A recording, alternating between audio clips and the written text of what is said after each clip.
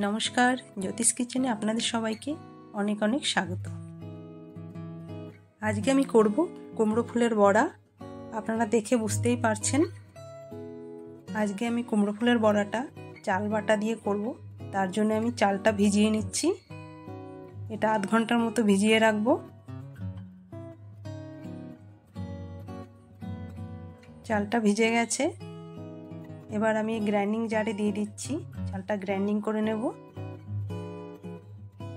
আর সঙ্গে দিচ্ছি 3টে কাঁচা লঙ্কা আর একটু জল দিয়ে দিচ্ছি।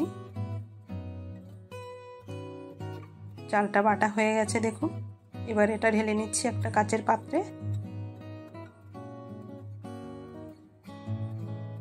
তার ভিতরে দিয়ে দিচ্ছি নুন 1 চামচ আর দিচ্ছি 2 চামচ কর্নফ্লোর আর দিয়ে দিচ্ছি 2 চামচ বেসন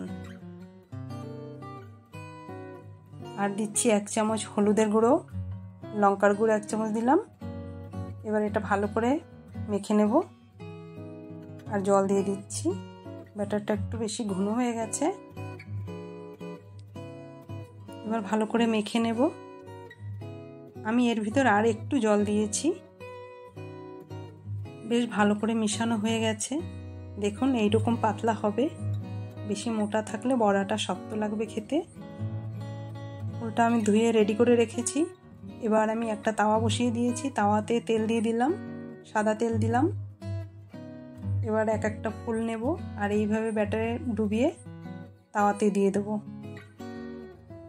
এইরকম করে সবকটা ফুলই আমি ব্যাটারে চুবিয়ে তাওয়ার উপরে দিয়ে দেব। সবকটা ফুল দেওয়া হয়ে গেল। এবার একটু ঢেকে দেব। ঢাকাটা খুলে এবার দেখব কেমন হয়েছে। এবার এটা উল্টে দিচ্ছি। এইরকম করে বড়া ভাজলে বেশ মুচমুচে হয়, খেতে খুব ভালো লাগে। আর শুধু চালের গুঁড়ো দিয়ে যদি বড়াটা করা হয় তাহলে বেশি শক্ত হয়ে যায়। তার জন্যই আমি বেসন কর্নফ্লোরটা দিয়েছি।